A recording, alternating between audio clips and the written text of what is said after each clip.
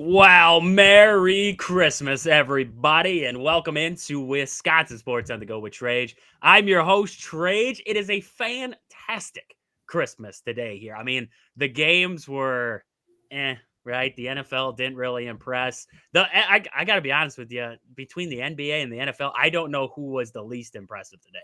I guarantee you the NFL got better viewership today, but same time, I can't tell you that those games were that impressive. So I mean, yeah, we kind of watched through that today, but hey, it's great to be here. We told you we'd be here on Christmas. We wanted to spend Christmas with you guys out there because we figured, hey, maybe you got sick of your family, you wanted to spend time with us. So that's kind of where we're at today. So I got Aaron with me tonight here, co-host of the show. Aaron, how are we doing tonight? It's Christmas, right? It's exciting. Dude, I don't want to sound like, don't think this is, I'm saying it in a negative way. It just comes and goes so fast. Like, I just, Right. like, it feels like, you look at the calendar, oh, it's December 4th. No, it's December 15th. Oh, December 20th, boom. And then, like, out of nowhere, it's Christmas. And then I swear, man, like, you wake up on Christmas and, like, it's 7 o'clock out there for you, 8 o'clock for me. Like, this day just, like, forever will fly by. But, yeah, grateful for it regardless. I mean, it's a great time to spend time. Great way to spend time with your family. I'm tongue twister already, but yeah, it's you gotta be grateful for days like this. Thankfully most people didn't have to work. I do kind of feel bad for those that did. You're always gonna have that, but yeah, I mean, happy to be here on the holidays and hopefully we catch some listeners like you said. I mean, by now, some people have some headaches. I mean, there's a lot of little kids running around, people loud. I mean, some people drink on Christmas. You got everything. So hopefully we'll catch some stragglers coming in here later on tonight, Yeah, I had a couple of mimosas today, man. A couple of mimosas. I'm not much of a drinker, really. I'm not much of a drinker, really, ever. And today, my uncle was making up some mimosas, so I was like, I'll take one. That looks good. I think my grandma was walking around though, and she, everybody has that one person that they like the box wine, they like everything. She loves her box wine. She loves her wine. She really gets at her. So grandma's walking around with a mimosa. And I was like, wow, that looks good. I'll have one. So my uncle made me up one. I had two. It was a good time. It was always a good time. So lots of good stuff today here. But let's get into, I mean, the games weren't really impressive today. I mean, the Steelers, Russ, they kind of just laid an egg out there. Patrick Mahomes did his thing, did his Patrick Mahomes things. They look good. And in that other game, the Ravens look good. Lamar looked good today. Derrick Henry, he had that one mess up in the end zone, got the safety for the Texans. Outside of that, CJ Stroud looked rough. I mean, Aaron, what did you think? I mean, both games, like, there was a lot left to taste today here with those two games. Absolutely. I mean, look, going into the Steeler game, I even thought like there was a chance. You're coming off, a loss to the Eagles, a loss to the Ravens. You want to get back on track at I don't even remember that name of that stadium now since it's not Heinz Field anymore, but Allegiant or something. It's something weird. Yeah, it's something weird. But I mean, regardless, you're up there, in Pittsburgh. Cold out. It's Christmas Day. Like that's a good fan base. Like you got the crowd behind you to start that game, and man, that Steelers offense was. I mean, you talk about rough to watch. That's an understatement. I mean, they couldn't formulate a drive really. I mean, they outside of a couple here and there. I mean, Russell Wilson running for his life. The offensive line, I've kind of harped on that all year long. It's not very good at all. I mean, it really isn't. Occasionally they had their run plays where they could get some positive yards, but overall, I mean, it was a struggle, especially on offense. I mean, you give Mahomes enough time or enough drives, I should just say, enough possessions, you're going to get torched eventually.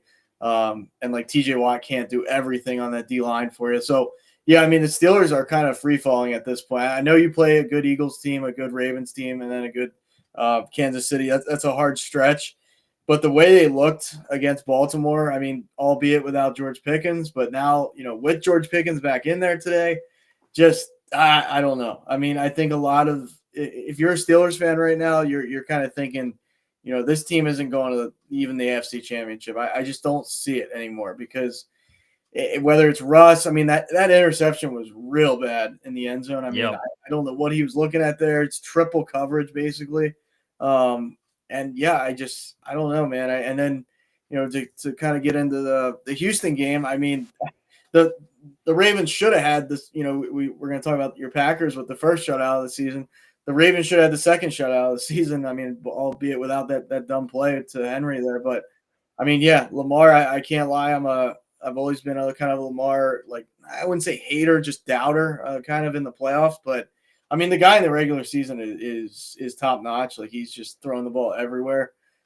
Houston's defense didn't really impress me at all, to be honest with you. And then the offense was even worse. So I mean, credit Baltimore. They're peaking at the right time. That's a scary team in the AFC, I would say right now, especially with Derrick Henry, being a part of that now. But man, Houston has so many problems, and we've talked about that all year, but it's like, I mean, they might have hit an all-time low this season now. Like this, they might be bottoming out literally at the worst time. So I don't know where you go from here. For the Texans, I Yeah. don't know where you go if you're the Steelers. Like both teams are kind of in a bad spot right now. Yeah, no, I would agree. I mean, watching Stroud looked off. He looked off today. I don't know what it was. Like we were talking before the show, we were talking a little bit today, and we talked about, Tank Dell gets hurt last week and Stroud good buddies with him. We finally got the news of what actually happened to Tank Dell, and his knee basically blew up. So, that could factor into Stroud. He's thinking, right? He's thinking too much. He's not playing the game in front of him. He's, thinking about his friend, which is, I mean, we don't want to knock anybody for that or anything like that, but Stroud looked lost out there today. The defense, they didn't look bad at times, right? But they had their hiccups. Lamar looked good today. I'm not much of a Lamar Jackson fan, but Lamar looked good, and I will give him props. He looked good today. And like you said, the only blunder that they had was Derrick Henry. I don't know why he's trying to go side to side there. And it was a heck of a play by, I think it was Lallister or something like that got in there and made that big hit, or not big hit, but tripped him up in the end zone there. And that was a heck of a play by him. I mean, that was a great play to get Derrick Henry to the ground. But in that situation, you would think Derrick Henry just right up the middle, just take care of it. It was weird. It was an odd play by him. But I mean, looking at the AFC picture, I think today showed us a lot. I think it did. I really thought, I was circling this game, the Kansas City Chiefs and the Steelers. I was like, I want to see the Steelers defense match up with the Chiefs. And the Chiefs were kind of just skating by this year. It seemed like they weren't really blowing teams out of the water, anything like that. And I was like, maybe the Steelers, they win this game and the Chiefs, come back to reality. They got to buckle down. They got to figure it out. We got the exact opposite. The Chiefs took care of business. They took care of business, and they look good. They had no Chris Jones. There was no Chris Jones, and they still look good on the defensive front. They were still getting pressure on Russ. I mean, that was a heck of a performance by this Chiefs roster today, and I think it really showed us what the AFC picture looks like. We're going to talk about the NFC here, but looking at the AFC picture, you got the Bills, you have the Chiefs, you have Baltimore. I think that's it. I mean, the Steelers, I trust them defensively, but offensively, I don't trust them. After watching today's performance, I don't trust Russell Wilson to make those plays that I think he should make, or that he, should be able to. I don't think they have a good enough run game either. I've always been like Najee Harris. I always thought, right? I always thought that he could be something. I was like, over time, I think he's going to develop into this big time back. He has the size. I'm like, Najee Harris is going to be a force. I don't think he's ever gotten to that point yet. And maybe he does, right? Maybe, but he hasn't gotten there yet. I don't like the run game. I don't think Russ is the same Russ that we remember. And he's taking sacks. He's making bad decisions with the football. Maybe it's just a day thing. Maybe, playoffs roll around. He figures it out, right? Maybe that's the case. Russell Wilson does have that playoff experience, so you can't completely dial him out. But at this very moment, I'm looking at the AFC and I'm like, it's Chiefs, Bills, and Ravens. That's it. It's Chiefs, Bills, and Ravens. And one of those three teams, and I'm not saying I I would take the Bills and the Chiefs, to be honest with you. If those are going to be your 1-2, I would take those two probably. But I'm not counting the Ravens out because Derrick Henry's still in there. And if Lamar plays like he did today, making those throws, the good decisions are good throws, right? If he can do just those little things, have his mobility, that's a dangerous team. That's a team that's hard to scheme up for, which could take advantage of a Bills defense or a Chiefs defense if it comes down to that. But, I mean, Aaron, do you see it outside of a 3-team race at this point in the AFC? I mean, it's kind of hard to, right? Like it really, I don't know. I mean, to say I have any confidence in Pittsburgh beating like a top tier team, like a Buffalo, like you said, like a Buffalo. I mean, Baltimore would be interesting if they meet, just because it'd be the third time they meet. So I don't know if I don't know if it would be lopsided, but I still give the advantage, obviously, to Baltimore right now. Even Pittsburgh's defense, like people make a big, deal out of Pittsburgh's defense. It's like middle of the pack at this point. So this is usually, and like I kind of talked to you about like I'm not a Mike Tomlin guy, man. I get it from like some perspectives, like he probably I don't though. I really like the more I think, because think about the Antonio Brown situation. They've had locker room problems there. He's kind of lost the team at times, in my opinion. He prides himself on being such a good defensive coach. They've been middle of the pack defense for a while. I don't think he has the ability to out coach somebody of his of a next level at all. Like I never have that confidence that he's gonna, even like a Sean McDermott. Like, do I give Mike Tomlin a good coaching advantage? Probably not. And I don't really like the staff either. Again, I don't.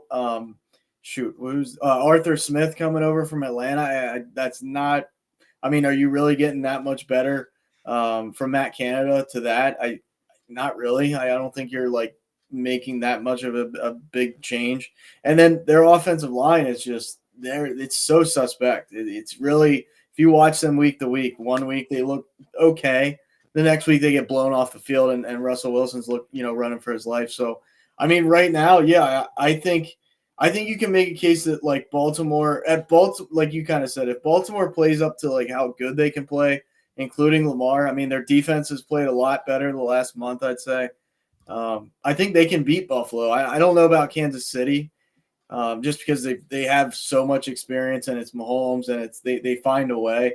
Buffalo, I think, is beatable by Baltimore, but outside of that, I don't really see another team that's formidable. Like who else is going to sneak in there and really make? I mean, the Texans, I can guarantee you aren't. I mean, that team is just completely. I think they're not as bad as they are today, but they're not good enough. That's where I'm at with it. Yeah, no, they're kind of Chargers. They're kind of a Chargers level. Chargers, Broncos, Texans. Those three they're good. They're good, but they're not great. They're not a Super Bowl team, but they're good enough to make a game close in the playoffs. They're not. They could play close. They could sneak a win, but they're not going to be that team that's going to go on this gauntlet run and take out everybody along the way. It's just after today, faith has kind of went down on the Texans. I thought maybe, just maybe, if the offense, if they were like, I don't know. I was trying to think of a comparison, but I don't even have a comparison for them there. I don't even know what you'd compare them to. The defense is okay, sometimes good, and the offensive line is terrible. Their offensive line is just atrocious, and those two things right there. You can't win football games like that. So that's kind of where we're at. AFC picture right now. It's a wide spectrum from top to bottom. That's for darn sure. It's very wide from top to bottom. Looking over at the NFC, we're going to get into the Packers today. I want to talk about that Packers Saints game. But before we get there, I mean, we have the Eagles, Lions, Vikings, Packers. Those are, I would say, the top four. Those are the top four teams in the NFC. Eagles, after that game against the Commanders, that Commanders, they're a sneaky team. That is a sneaky team right there. And it really surprised me after that one. Five, what did they have?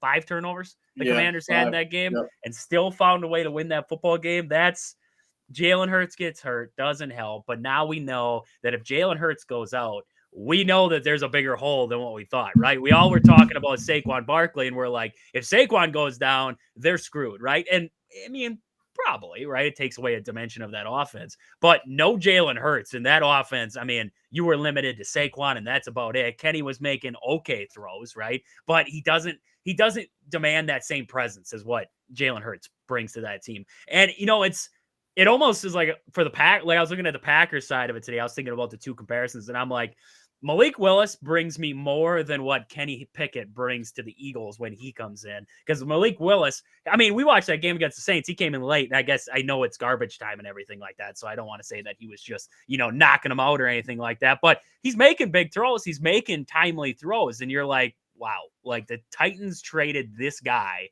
and kept Will Levis, kept, I can't remember who the backup is there, but moved Rudolph. on. Yeah, Rudolph, right? Yeah. Rudolph.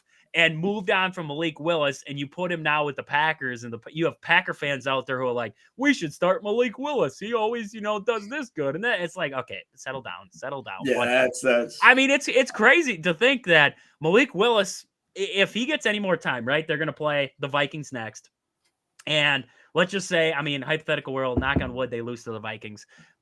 Unless if barring a playoff spot is still on, they're clinched into the playoffs, but barring that a seed is on the line yet, then, you have the Bears, you're going to rest guys. You could see Malik Willis, and Malik Willis could play himself into a position where other teams are making phone calls and saying, hey, are you looking to trade this guy? Are you looking to move on from him? Because we'd love to sign him up to be our starting quarterback just from the way he's played. So I just thought that was interesting, just the way that he's played in the time that he has. But Aaron, I mean, looking at the NFC, what are your teams that you're looking at where you're like, these are the teams that are my top and everybody else is like our fill-ins from the AFC? Yeah, like I mean, the AFC. Right. Yeah, I mean, our show isn't choreographed. Like we're pretty much in lockstep a lot of the time, I think. And like same here. I mean, you look at the Lions, obviously, even with the injuries, I mean, they're 13-2. Like they're just rolling. Regardless of that, the Eagles, I mean, Jalen has to be in there. I mean, I'm not going to say the Packers couldn't win with Malik Willis in the playoffs, but it's hard to win with any backup in my opinion. Like if you're going into the playoffs with your backup in, that's not ideal. You know what I mean? So it makes me nervous. Don't get me wrong. The defense scared me in the fourth quarter because, I mean, out of nowhere, they just imploded, which they haven't done that since like Tampa Bay early in the season. I still think the Eagles are good. I think with Jalen Hurts, they're better, obviously. But I still think, I mean, Devontae Smith dropping that ball was all-time bad. Like, I think if he catches that ball, I mean, Kenny Pickett's getting torched. I mean, because I live, in the area where I get a lot of their coverage, and like you wouldn't believe the stuff they're talking about. Fans are about Kenny Pickett. Like, he's not that bad. Like, he's not good. He's not great, but like, no, that was a good throw. That was Devontae Smith dropped that baby. And like, yeah, I mean, like the guy threw one pick on the day. It's not like he's razor sharp. He's not even like Sam Darnold or anything right now. But it's like, give the guy. He hasn't played all year. It's like I just don't get why. Like Philadelphia fans will just pick somebody and just crucify them to no end. When there's other, like, crucify Devontae, you know what I mean? The guy's wide open and drops the ball, but that's a whole different story. But yeah, I mean, Eagles, Lions there, Vikings, Packers. I mean, outside of that, I mean, we've talked about it before. I think, I mean, now I guess I gotta at least give the Commanders some. It seems like Jane Daniels is kind of back to where he was before injury. So he, that team's like sneaky good. And then. Really, the only other team I give any type of like, I don't want to completely count out the Bucks, but I don't have a ton of confidence in them either. I mean, losing that game in Dallas was, mind-boggling to me. And then, also so they're kind of on that second tier of teams, but I would say Commanders and Rams are like the teams that aren't going to win their divisions, most likely, barring the Eagles collapse. And then, those top four, like Packers, Vikings, Eagles, Lions. Good.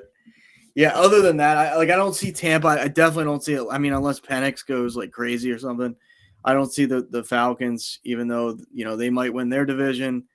The Bucks, definitely not the Seahawks. I don't really have any faith in them at all. But the Rams could be sneaky. That could be a sneaky team. Just Matthew Stafford. I don't want the Packers to have to go to LA to play in that first game. That is the one thing I want to avoid. I will go to Tampa Bay. I will go to Atlanta. No way, no how. I would go to Tampa, Atlanta. I don't want to go to the Rams. I really don't. I go to Seattle. I go back to Seattle, but I do not want to go to LA because Matthew Stafford. I mean, we saw it against the Bills. We saw him put up all those points against the Bills. That's an offense that can get hot and get going. The only thing that I think the Rams lack is a run game, right? I got Kyron Williams on my fantasy team, and I bank on him for a touchdown, but he's not an overpowering dominant back, right? He's not a Bijan Robinson or a Derrick Henry or a Josh Jacobs kind of guy. He's just average, right? So that'd be the only thing I think that they don't have. The defense has definitely gotten better for the Rams. You know, that defensive front verse has been fantastic. I mean, that defensive front has gotten better. They're a team that could win a game. I just don't see them being that team that could go through the gauntlet and work their way through. I mean, I was talking with my uncles today, and I was like, the NFL, they should switch the playoff format. Top four, your top 4 seeds should be the top 4 teams in the NFC. That's how it should be. I hate seeing, like, look at the NFC South, right? There's going to be, we're looking at an 8-7 Falcons team who's currently in as the 4 seed. And you have the Vikings who are 13-2. And they're going to have to, theoretically, unless if there's some upsets in the playoffs, right? If the Eagles lose or whatever in the first round, you're going to see a Vikings team have to go on the road for the entirety of the playoffs and work their way through. Or the Green Bay Packers. Let's just say they beat the Vikings, they beat the Bears. They're now 13-4 heading into the playoffs, and they have to go on the road for the entirety of the playoffs and get them. I don't like that, right? I hate that. I hate that. Why are you awarding an 8, well, let's just say the Falcons win one of their next 2 games. So now they're 9-8 to end the year. Why are we awarding a 9-8 team with a home game for the first round of the playoffs when you have 13-2, or, well, the Vikings could end up 15-2, right? They could be 15-2 still. Well, if they beat the Lions, then they would jump the Lions, but let's just say 14-3. You have a 14-3 Vikings team who now has to go on the road for the entirety of the playoffs. And don't get me wrong, hate it. Hate the Vikings. Don't like the Vikings, right? I don't like the Vikings at all. But I still think that's stupid. I would hate that if I was the Vikings. I hate that as a Packer fan right now, where we're looking at it, we're like, we're going to be a 6 seed, and we're going to have to go on the road to a team that's just above 500. Why does that make sense? Why does that make sense at all? Yeah, it absolutely doesn't. I mean, just because you win your division, it's like that NFC South has been, I mean, secretly, I know Tom Brady went there because of the weapons and stuff, but I really think he thought, I mean, I know he had a house in Florida and things like that, but the fact that division's a cakewalk kind of compared to any other division, he had to have, factored that in when he went there. So like and now we're talking 4 years ago, like that division hasn't gotten much better. Where, there were years when Matt Ryan had the Falcons at 10, 11, 12, 13 wins. The Saints years with Drew Brees. Sorry, that's same division. Yeah, the Saints. But it's like, man, a day. Like no one should, like you said, I mean, those teams should not be rewarded because of that. I mean, I almost think you just gotta go off records of that, like the top 4 teams by record, not by division. Like, yeah, I get it. You can't control where you play, but you can control if you win or lose to a certain, that's the objective. So yeah, you're awarding a team that's, 3-4 losses, worse than a Vikings or a Packers or whoever it might be that year. That's asinine in my opinion too. And I'm like, still let them in, right? You're still awarding the NFC South team, the NFC West, whatever it is, right? You're still awarding them by you're putting them in the automatic bid to get into the playoff, but put them as a 6 seed, put them as a 7. Like it's just, I don't like it. I hate it. You win a crappy division and you're like, oh yeah, I get a home game for the playoffs. And we know how hard it is to go on the road in the playoffs and win a football game, right? It's not the easiest thing in the world. I mean, we're talking about the last team to go on the road throughout the entirety of the playoffs and go to the Super Bowl was the Packers, right? And how long ago is that? I mean, that's a long time ago to be talking about that. So it's tough. We know it's tough. And we know, like, the playoffs run through Arrowhead. If the Chiefs, they got the 1 seed, now the playoffs run through Arrowhead. So now everybody has to go on the road, and they have to go on the road to Arrowhead at the end of it and try to get to the Super Bowl. That sucks, right? Ask Josh Allen. He's not very good at it. So, I mean, we're blaming the Chiefs now. It's not their fault that they're good, but we're looking at the NFC picture. We're looking at some of these other ones. It's like, why? It just, I don't agree with it. I don't agree with it, Aaron. But let's get into, let's get to an ad. Let's get to what's some of our sponsors first before we get to the Packers. I want to get to the Packers right after the break. We'll get to our ad break. We'll get to the Packers, and we'll see where that takes us, right? Got a lot of things to talk about today after a big shutout win against the Saints. So we'll see you guys on the other side of the first ad. This show is brought to you by these fantastic sponsors. Pittsville Farm and Home Center. At the store, they serve you anything from hydraulic hoses to red roses. Stop in to see the awesome crew at Pittsville Farm and Home Center in Pittsville. Next, we have Sport and Spine Clinic of Greenwood. Have you been injured recently, whether it was at work, shoveling snow, or mowing the lawn? Stop in and see Chad at Sport and Spine Clinic in Greenwood. He will get you right, get you back to work, back to shoveling snow, back to mowing the lawn, doing whatever you were doing, feeling better than ever. And then we have Game Day Supply in Onalaska. Do you have a sports club or team? Are you looking for some sweet custom uniforms or apparel? Check out the awesome crew at Game Day Supply in Onalaska to help your team get the sweetest gear.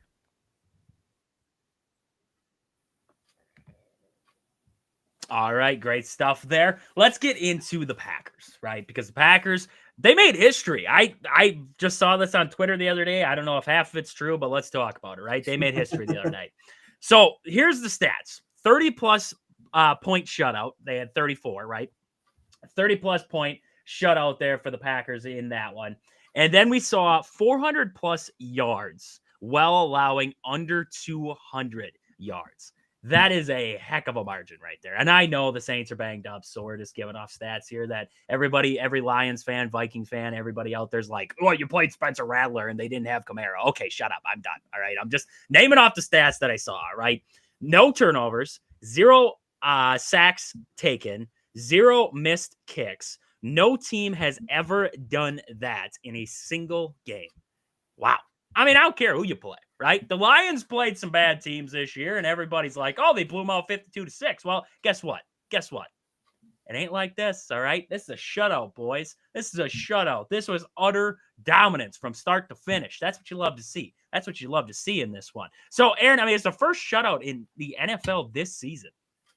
I didn't know that. I'm going to be honest with you. I was thinking, I was like, when they showed that stat, I was sitting there thinking, I was like, really, the Lions? Like, I'm thinking back to all the butt kickings that the Lions gave all season long, and I was like, the Lions never shut a team out. Are you serious right now? And I mean, you just mentioned earlier, they're the Ravens. I mean, they should have shut out the Texans, but one safety on a bonehead play, and that's what we get, right? But I mean, first shutout of the season. And I got some impressive stats out of this one. So I just wanted to get into the offensive line for the Green Bay Packers has been awesome. I just want to say awesome. Like that's the greatest way to sum it up. In this one, according to PFF, so I took a lot of stats down from PFF in this one. Pressures allowed in this game. Rasheed Walker, 2. Elton Jenkins, 1. Josh Myers, 2. Sean Ryan, Zach Tom, none. 0 sacks allowed in this game. Wow. That's impressive. Because, yes, there was Spencer Rattler was not playing, or Spencer Rattler is playing. No Kamara, no Chris Olave, no Derek Carr. I get it, but look at that defensive front. That defensive front we talked about in the preview show. They had a couple guys with over 50 pressures on the season. They have a decent defensive line, right? They still have Cam Jordan is still on that defensive line. He's getting older, right? But he's still, I saw him make a couple plays. I was like, I can't believe this guy's still making plays like that. They have a decent enough defensive line, right? So to have no sacks in this game, I thought that was impressive. Don't get me wrong. I thought that was impressive. I don't even know what else. I mean, you look at the run game for the Packers. You look at the holes that this offensive line is able to get up there. You look at the time that Jordan Love has to make decisions, to make throws, right? Give guys chances to get deep down the field. Give Jordan Love, I believe he has the most 30-plus yard completions on the season. I saw all over Twitter, everybody's like, Jordan Love can't throw the deep ball. Jordan Love can't do this. He can't do that. He still does this, and I'm like, and then I saw the stat come across, and they're like, Jordan Love has the most completions of 30-plus yards. Oh, so he can throw the deep ball. Wow. The stats show it. He completes more than anybody else. Wow. Okay. I guess so. So, I mean, Aaron, you watched this offensive line a little bit on the season here. It's impressive. It really is. It is impressive how well And like Kyle, here's Kyle coming in. Merry Christmas, Kyle. Love to see you in the chat tonight here. He says, keep your quarterback upright and you give yourself a better chance to win. 100%. And that's what I'm saying is watching this offensive line for the Green Bay Packers, I'm nothing but impressed by what I see week after week with them. I mean, that is a tight-knit group that keeps, like Kyle said there, Jordan Love upright, and he's able to make plays, and we see it week in and week out now. I mean, Aaron, what do you think about this offensive line for the Green Bay Packers right now? Yeah, I mean, in like you said, like in the preview show that we had gotten into there a couple of days ago, it's, if the Saints do have a strength, it's probably their defensive line. So, if you want to run the Packers up against a team with not a good defensive line, that's different. But now, this is a test. Like you said, Spencer Rattler on the other side, we're not really talking about that. We're kind of getting into, matchup on matchup. Saints D-line, Packers O-line. And to not allow any sacks is, I mean, what? Let's see here. Breaking down the stats a little bit. I mean, Jordan Love dropped back 28 times.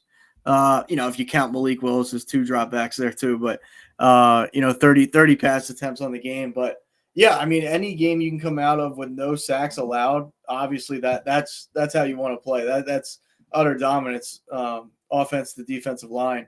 And like we said, like I'm a big Chase. I wouldn't say fan. I don't like. I mean, he went to Ohio State, right? I can't root for the guy, Chase Young, but he can get after you. Cam Jordan can get after you. Like those guys, you turn them loose, they're like, watch out. And like the Packers didn't struggle there. So, you got to tip your cap. You got to like what they're doing there. You want to see them consistently do that because I mean, like Kyle just said, I mean, if your offensive line plays well. That gives you one of the biggest advantages, regardless of like who you're going up against, and even I'm not gonna say who your quarterback is, but as long as you have like a decent quarterback, you have a good chance. Because I mean, we see it. Look at Russell Wilson, like with the offensive line he had today. I mean, he's forcing balls in the triple coverage. The more free that Jordan Love can play behind that line, the better he's gonna look. So if they continue to play like that, it makes them all the more dangerous because a quarterback that's not rushed, that's not in his head like, oh, I got to get rid of the ball because these guys aren't blocking. Like, look at Stroud. I mean, I'm not going to say that's all offensive line, but you can't say it's not some of it either. So, yeah, you got to like what they're doing right now, especially. Yeah, it changes the play calling too. Changes the play calling, changes scheming. It limits what you're able to do as an offense if your offensive line can't block worth of crap, right? The Packers, according to PFF, have the second best pass blocking offense right now. They have the second highest grade there at 81.9. They're actually just behind the Denver Broncos, who have an 82.1. So right there. They're right there from being the number one team in pass block on the season, according to PFF. And the run blocking, I mean, they kind of shaft the Packers sometimes, I think, in the run block department, just because you have a guy like Josh Jacobs that he's through the hole in 0.2 seconds and he's barreling over somebody. I mean, you cannot tell. I look at the average yards for this rushing attack for the Packers in this one. 9 guys had carries in this game for the Packers. That's wild. That's wild. I mean, you go as far as Josh Jacobs all the way to Jaden Reed, to Tucker Kraft, to Christian Watson. You had everybody involved in this run game in this one here. And I just look at it. You're like, Josh Jacobs averages 5 yards a carry in this game. You have Emmanuel Wilson, your backup running back, 4 yards a carry. And then looking down my line here, Chris Brooks, the third string running back, he gets 3.8 yards per carry. I mean, those are impressive numbers. Christian Watson had a couple carries there for 11.5. Bo Melton with a 14-yard carry. You just look at that and you're like, okay, we have a low grade in the run block department there, and they're telling me the run blocking isn't great, but you're still getting bango bucks in the run game right now. We see that week after week with Josh Jacobs. This dude's a workhorse. He's all over the place. I loved Aaron Jones. I did. I loved Aaron Jones. I didn't want to see him leave Green Bay. I love Josh Jacobs. Like this dude, you're like, this guy's got too many carries, and then all of a sudden he's got 25, and he is a workhorse. And every time he carries the football, it's not, if it looks like a 2-yard carry, he's getting 4 because he's going to go forward for another 2. Like, he is that kind of fighter every single time he runs. It's hard to get that guy down in the backfield. I love what I see at Josh Jacobs night in and night out. That guy is a workhorse. And the story, everything about this guy, all he wants to do is win. All he wants to do is win. He wants to get a chance. He got this chance. Green Bay took a shot with him, right? They were like, we got Aaron Jones, but we could we could see what Josh Jacobs is about, right? We thought at first it was a lateral move. I don't know if it's a lateral move, to be honest with you. I think Josh Jacobs, he's the center point, right? You set up your offense, you're like, oh, Jordan Love's going to be the center point of the offense.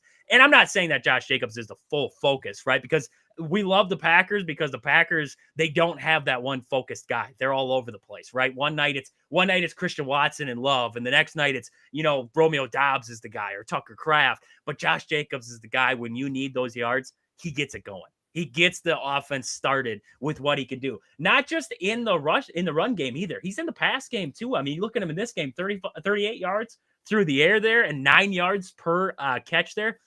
I mean, what more can you ask for out of a back coming out of the backfield there? He's been fantastic for this team so far here. But just a little update, Christian Watson, he went out. He looked banged up. Everybody was worried about him. According to Matt LaFleur, it's just a bruise. So just a bruise. Should be good to go, hopefully by this next week. If not, I'm not like, I don't press him to get back. I would love him for the Vikings game there. Same with Jair. I'd love to have them both back for the Vikings game. If he's not completely ready or you're worried about it at all, I leave him out. I honestly leave him out. Same with Jair, right? At this point with Jair Alexander, I know getting him back would be great. I'd love him with Jefferson and Addison. I'd love to have Jair in there, but what's the point, right? What's the point on throwing him out there if you worry at all? He's got to be 100%. If I'm bringing him back, he's 100%, and that's got to be it, because I'm not risking. Jair Alexander so spotty with when he plays already. If he gets hurt in a playoff game, screw it. But until that comes, I'm not risking him anymore because we pay him too much and we need him at this point here. So I would want him for the playoffs. So if anything, Bears week, maybe then. I wouldn't be opposed to the Vikings because what worries me is, I mean, you're going to be playing outdoors for the Bears game. The Vikings are indoors. It's going to be a controlled climate. The field should be pretty nice.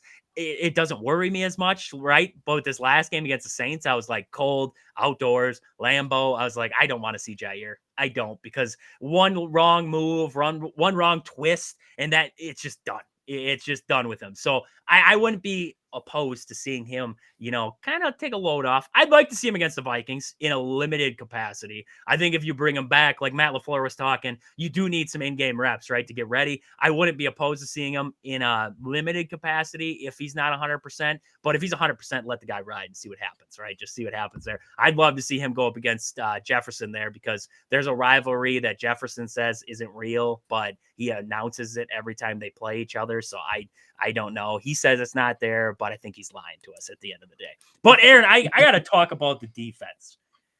I want to talk about the defense for the Green Bay Packers, because the defense was the story, and it's something that I guess we were kind of talking about early on this season, and we're like, this defense, they don't get pressure, right? We're like, they don't get pressure on anybody, and it kind of made us nervous. We're like going into, some of these bigger games, getting into the playoffs, everything like that. I was like, I'm kind of nervous about this defense.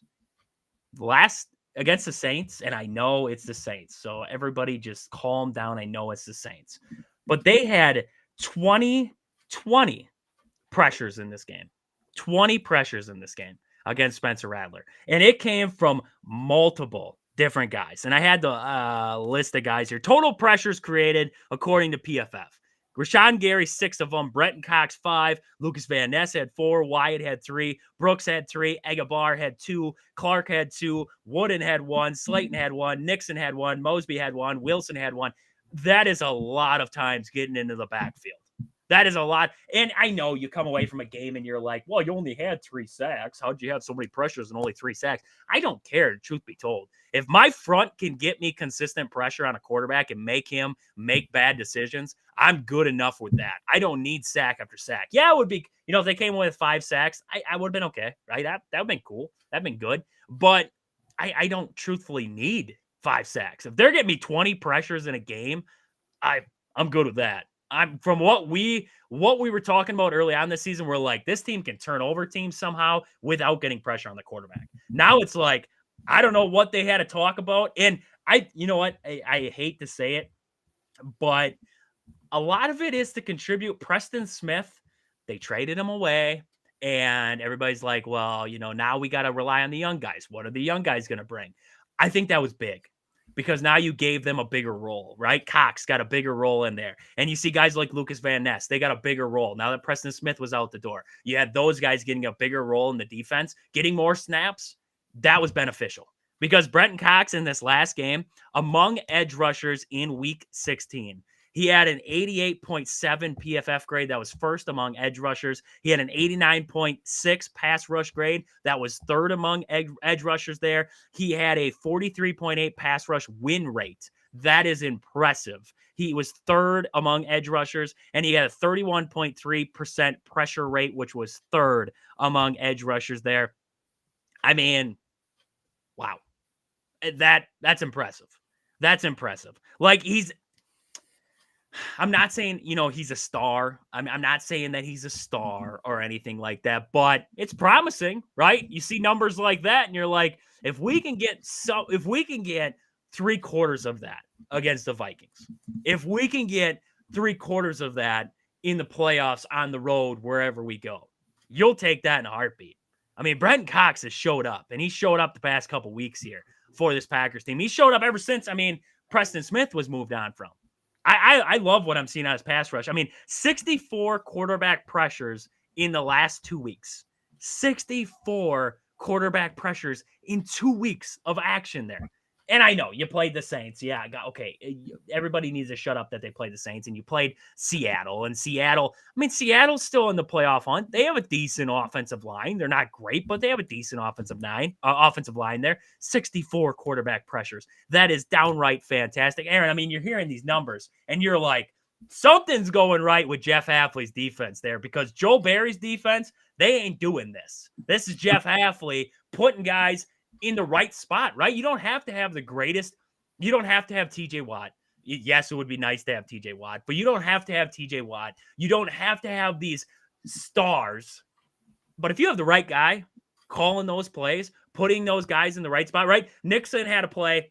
He had that strip sack, right? He had that strip sack against Radler there. And he actually was coming a play before that, but they blew the play dead. I think it was a false start, if I'm not mistaken. They blew the play dead. And they saw Nixon was coming unblocked, and they're like, okay, hold on. Let's go back to it. Let's go back to that same thing. And the same play, ran it back, and they're like, okay, let's do it again. Nixon comes through, unblocked, strip sack. You're like, that was a great play call. That was awesome. Because you learned it. You're like, it's there, right? You have that moment, right? You see a play, you have a play that's designed and it gets blown dead, or, it just doesn't materialize like you want it to, right? And all of a sudden you got that one in the back of your head. You're like, it's there. We just got to run it right. We just have to, block this guy, and that play is there. So let's keep that in our back pocket. Let's move on to it in a minute here, right? Let's wait, and then let's send it again. And that's what they did with Nixon. I love what Jeff Hafley's done with this defense. He's bringing Rashawn Gary in different ways. He's showing different stunts, and now the front four is getting pressure. You love to see that there. So, what are you thinking, Aaron, about this defensive front there? Yeah, kind of talking about, the offensive line seemed like trending in the right direction. That's what you want to see. They had 7 sacks against Seattle there. Like, that was, that's a clinic. That's I'm not saying you want, you're going to see that every week. Obviously you're not. They only, they put up 3 this week, but you're just seeing consistent like, even if you're not getting home, like you said, even if you're not, recording sacks, if you're disrupting a quarterback, that's so crucial. Like, I can't stress that enough. I see it with my team. Like, the Eagles try and build offensive and defensive line, and then everywhere else. Like, I think that's the right way to do things, because if you can't protect your quarterback, good luck. And then if you can't get pass rush, eventually, I don't care if you run zone man or whatever, like, you're gonna get torched eventually. Like, unless you have 2 Darrelle Revises and Ed Reed back there, you're gonna get annihilated event. Like, it's just a matter of, playing Mahomes or somebody that's top level. So yeah, that's definitely what you want to see. That's a real encouraging sign.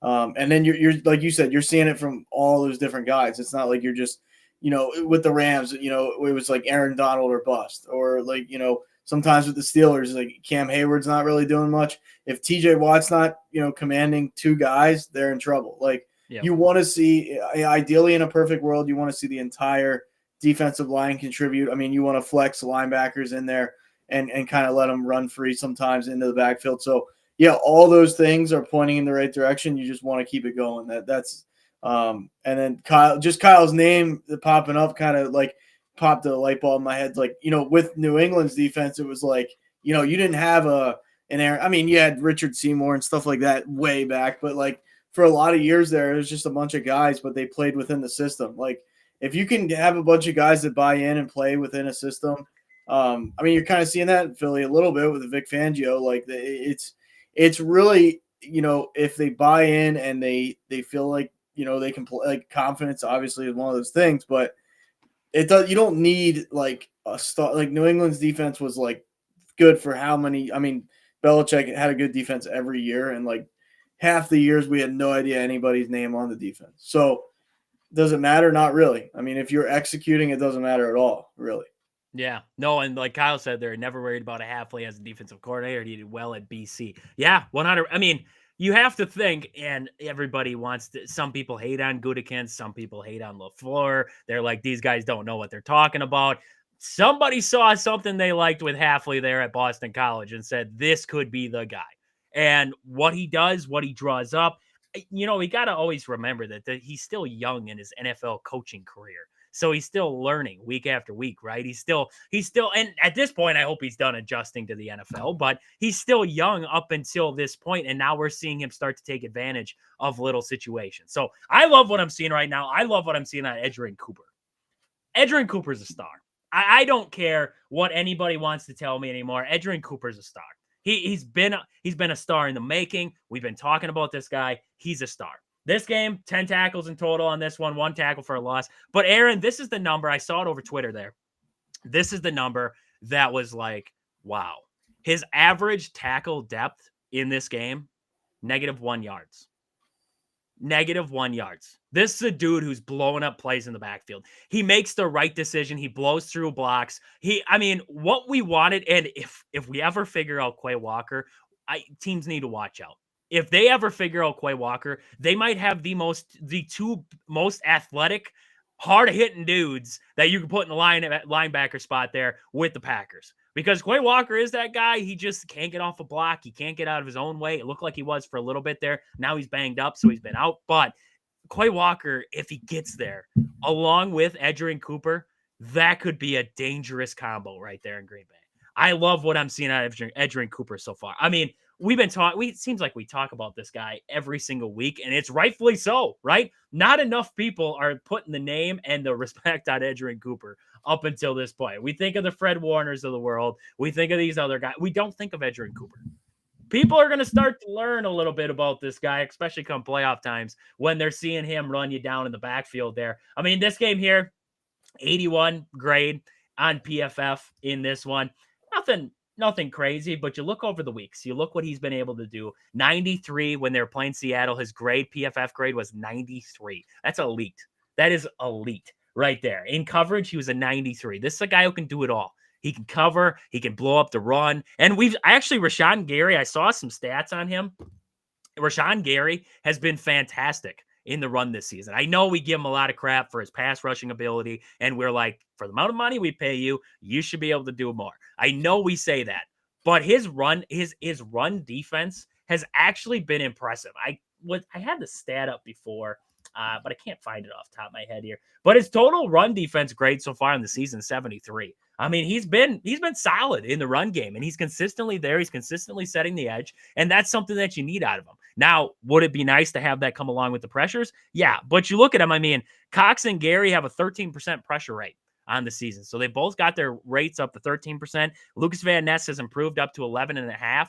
I mean, that's pretty good numbers. That's pretty good numbers across the board for those two. So you love to see that from your defense. I mean, the defense for the Packers has definitely stepped up in coverage, everything like that. I mean, we're talking about this cover team for them in the past there, and we're like, Valentine has struggled, Stokes has struggled. They've been getting a little bit better. Not great, but getting a little bit better in coverage there. And I think a lot of that has to do with the pass rush.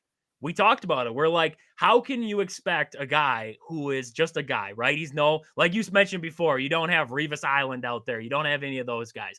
How can you expect some of these guys to man up in coverage for over 8, 9, 10 seconds, right? That's hard. That's hard to do, right?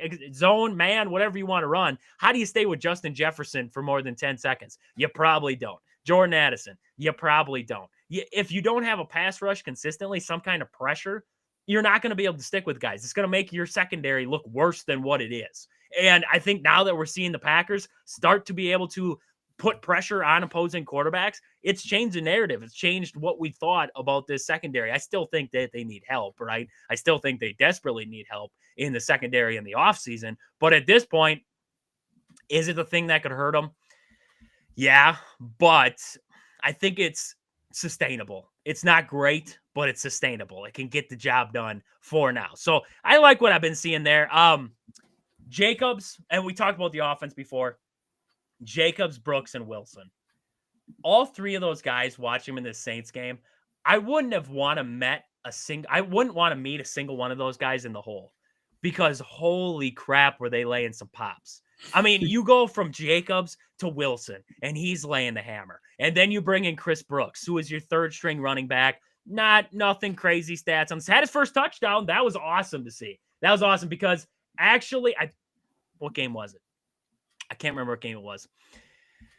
They're trying to milk the clock, and he went down at the 1 yard line. He had a free shot, first NFL touchdown he's ever had a free shot, right? And you almost feel for the guy because he had it right in front of his eyes. He could have just walked in, and he decided, he's best for the team, right? Best for the team. He's a team player, got down on the ground, and Packers ended up winning the game. But in this one, had his first touchdown, and that was awesome. First touchdown, able to do a Lambeau leap. You love that. Emmanuel Wilson with all three of your backs, 1, 2, and 3, had a rushing touchdown in this game. That's awesome. You cannot speak volumes enough to being able to see all three guys get in there, especially a guy like Chris Brooks. I mean, the path that he's had in the NFL, kind of looked over. Now he's with the Packers. He's a third string guy, right? And if Marshawn Lloyd would ever came back, he was the odd man out. He was going to get the boot, and he's just stuck it out. He just stuck it out and kept doing his thing. And you love it. You love to see something like that. Tucker Kraft, Aaron. Tucker Kraft, that dude is a star. He's a star in the making right now. And I say it all the time. And I don't think enough people put realization on it, right? He is George Kittle. I don't know if he's a Travis Kelce yet, but he is that dude. He's a big-time pass catcher. He's got great hands. I believe, if I'm not mistaken, I wrote the stat down a couple weeks ago. I don't want to go looking for it now. But he has the most yards after catch of all tight ends. I mean, this guy. Run blocking, everything in between. He is fantastic. In this game, he had 63 yards on 3 catches. 63 yards on 3 catches. 21 yards was his average on his catches there. I mean, what more can you say about a guy? This dude is a star in the making there in Green Bay. He's putting up the numbers for it. I love it. I love what Tucker Kraft gives to this offense. Yeah, he's versatile as anybody. Really, he almost reminds me of a hybrid between Kittle and Kelce, because he's Kittle is. I'm not gonna say he's not. I mean, at this point in his career, he's lost a step to me, I think. A couple of years ago, Kittle was man, that guy's a beast. But yep. I mean, not to say he's not, but he's not the same level. I don't think he's prime George Kittle anymore. The injuries have kind of taken a toll on him, but he's got that Kraft. To me, he can run you over. I've seen him bulldoze people, which that's what the type of tight end. I always thought Dallas Goedert was missing that. He's agile, he's athletic, he's one of these more athletic tight ends. But he doesn't have that, I can run you. He's just kind of flailing all over the place. He's I don't even know how to explain it. He's just a little bit too herky-jerky. I think Kraft is I'm going to catch the ball, I'm going to make a solid first step, and then I'm going to truck you. It's almost it's fundamentally built into him. But he's agile enough where he can, he's not slow. Some of these guys are man, watching, Ferguson, for example, sometimes I'm watching him, I'm dude, this guy – he can't get out of his own way half the time. But, Kraft, I mean, yeah, I'm a big, tight end type of guy. I love a good tight. I mean, Penn State being blessed with Tyler Warren right now. When he leaves, I'll be oh, man, this sucks. What do we do now? Yeah, it's when you have it, it's such a luxury. When you don't have it, you look for it. And it's sometimes man, how many guys we got to cycle through to find one that's, it can do it all kind of deal. you want a guy that can, pass block, run block, and just be agile. Like, as long as he's not like Zach Ertz I always like, man, this guy's so slow. Like, he's just like Kraft kind of he might like have that all around. Like, he might not be the toughest, but he's tougher than most. Like, he's kind of that all around. Like, you build a tight end in Madden or whatever, and you give him like 80 this, 80 this, 80 that. Like, he might have all of those where, like, sure, there's guys that are more agile than him, faster than him, but like combined package, that's what you want. The combined package. No, I would agree. I mean, he's just about everything you want in a tight. And I love when they bring him in and it's like a 4th and 1 or like a short play, 3rd and 1, and they'll bring him in under center and then he'll just take it straight ahead. Like, I love that play call because Kraft, I mean, just run it. Like, who's going to stop him? And I heard he was doing an interview, I think. And he said, they talked about trash talking, and he said he always threatens to burn people's houses down. Like, that's just trash talk. I'm like, this guy is dangerous. Like, this guy, he comes from the smallest town in the world, and he seems like the nicest dude in the world, but you get him on a football field, and he's like, I'm gonna burn your house down. It's like, oh, okay, nice to see you too, Tucker. Like, have a good day. Like, thank you. I love that though. I mean, he's a sicko. He's a psycho, right? And that's what you got to have sometimes. I mean, we talked about it in our pregame. Our pregame show there. We said, get it to the psychos, right? Jaden Reed, Josh Jacobs, Tucker Kraft. Those are your psychos. Let them run wild. And that's what we saw in this one. You got it to them. We talked about it. We're like, you need to get your big playmakers involved. Josh Jacobs, Jaden Reed, Tucker Kraft. All 3 of those guys led in statistical categories in this game here. And Christian Watson, your big play guy, right? I don't know how many plays I watched for Christian Watson. And I'm okay with Jordan Love doing this. But he dumps it off to the short guy or like a crosser. And you got Christian Watson and you watch him running down the field and he's wide open over the top. And you could hit him multiple times in a game if you put it right on the money. Now, do we want him just airing the ball out all the time? I don't think so. I would rather not see, Jordan Love trying to air it out every single play. But it's there. You always have that in your back pocket where Christian Watson can burn a guy. And that's what you love. You love having that versatility that you have now. Wicks is starting to come along nicely for the Packers. That play on the goal line where he kind of ran. It was almost a pick route. Kind of just turned around and the Saints guy ran into the back of him and then flopped over backwards. And then Wicks just was wide open in the end zone for a touchdown there. And then I think it was Joe Buck and Troy Aikman were in there. And Troy Aikman's like, oh, the NBA is not until tomorrow or not until Wednesday. What are you guys doing flopping out there? Like, save that for the NBA. And I was like, that is hilarious. Like, taking shots on the NBA right now. That is absolutely hilarious right there. But I mean, looking at this team, and I was looking through all the stats, and I'm looking through this team and what they've been able to do as of late here. And looking at this team right now, and I look at the paths, right, of who they would have to play in the playoffs and everything like that. I gotta be honest with you, Aaron. I'm looking at this and I'm like, who couldn't the Packers beat? Truth be told, like, who couldn't they beat? I think, honestly, right now, the Packers might be playing just as good as anybody. The Lions, the Eagles, the Vikings. You could say that the Packers are playing just as good as any one of those teams right now. And if they stay hot like they are, truth be told, in my mind, the only way that the Packers could get, doused or knocked out or anything like that, I'm looking and I'm saying, they have to hurt themselves, right? They have to hurt themselves more than the Eagles. They have to hurt themselves more than the Vikings, right? Turnovers, penalties, whatever it is. They have to hurt themselves in those games. You have the complete package right now, right? You look at Jordan Love's numbers and they're like, well, why is he getting paid all this money? He doesn't have a boatload of yards. He doesn't have this. That's what I think is the beauty of the Packers offense. Jordan Love doesn't have to do it. He has to make his timely throws. He has to make throws, right? He has to make good throws at times, or he has to lead a drive. But Josh Jacobs is the guy you can lean on. You can lean on Romeo Doubs to make plays. You can lean on a guy like Tucker Kraft. You can lean on even a guy like Emmanuel Wilson coming off your bench there in the backup running back spot. You can lean on these guys to make plays. You have an all-around package on the offensive side. You look at the defensive side, we're talking about the pressures. We're talking about defensive line stepping up. We're talking about Edgerrin Cooper starting to make big plays for you. Quay Walker isn't back yet, but you hope you get him back. Jair coming back. Hopefully that improves that cornerback room, which I think it should, but hopefully that improves it out there. Evan Williams, That's the one that makes me nervous. I heard that Matt LaFleur did say that they don't know with Evan Williams when he'll be back. So hopefully by playoffs, right, you get Evan Williams back because that's a big piece in the back end of that defense. Javian Bullard, same thing, big piece in that defense there. But I look at this. I mean, we always talk, where's the weakness of the Packers? And we said it year after year, special teams. We said it last year. If they were going to lose a game, it was because Andrew Carlson was iffy. You don't have that anymore. Brandon McManus is walking out there like he's got the biggest cojones on the field. He knocks it through. I mean, Aaron, we're talking about a guy.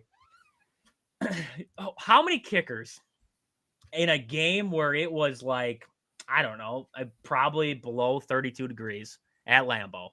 How many kickers are going in there and they're knocking one through from, what was it? He had one from 55. How many kickers are putting one through from 55 in the cold, frigid temperatures of Lambeau? Not many. Not many. Not many teams would even attempt that. They wouldn't even look at that. But Brandon McManus goes, and I'm not, when I kid you, and I mean, Aaron, you didn't get to watch much of the game, but you said you watched a little bit. But that kick had yards to spare. Had yards to spare on top of a 55-yarder in the cold at Lambeau. There aren't many teams that are doing that. You have a good special teams unit now. You have Daniel Whelan, who's a fantastic punter. And I know punters, not really anything crazy, but you have a good punter that can flip the field, right? You have a kicker who can put them through now, and you're not nervous about him. Knock on wood, right? Knock on wood there. You're not nervous about him. That was our weak points. That was the weak points that we always talked about. The defense, I think they're good enough, right? They're not an overpowering defense. They're nothing crazy. I think as of now, they're like, if I'm not mistaken, they're 6th in total defense at this very moment. 6th in total defense with an offense like the Packers have, who can put up points with a run game like they do in a passing game with multiple dimensions to it. You have a play caller like Matt LaFleur there. You have a special teams unit with McManus, with Whelan. Who's beating them, right? I think there's teams that can beat them, right? Don't get me wrong. I think the Eagles can beat them. I think the Vikings can beat them. I think the Lions could beat them. I'm not saying that team's going to beat them, but who, truth be told, is like, the Packers couldn't beat this team? Nobody. If I'm picking a team right now in the back of my head, like, out of all my wild cards, who's that one team that could go on the road and win and go and just take care of business along the way?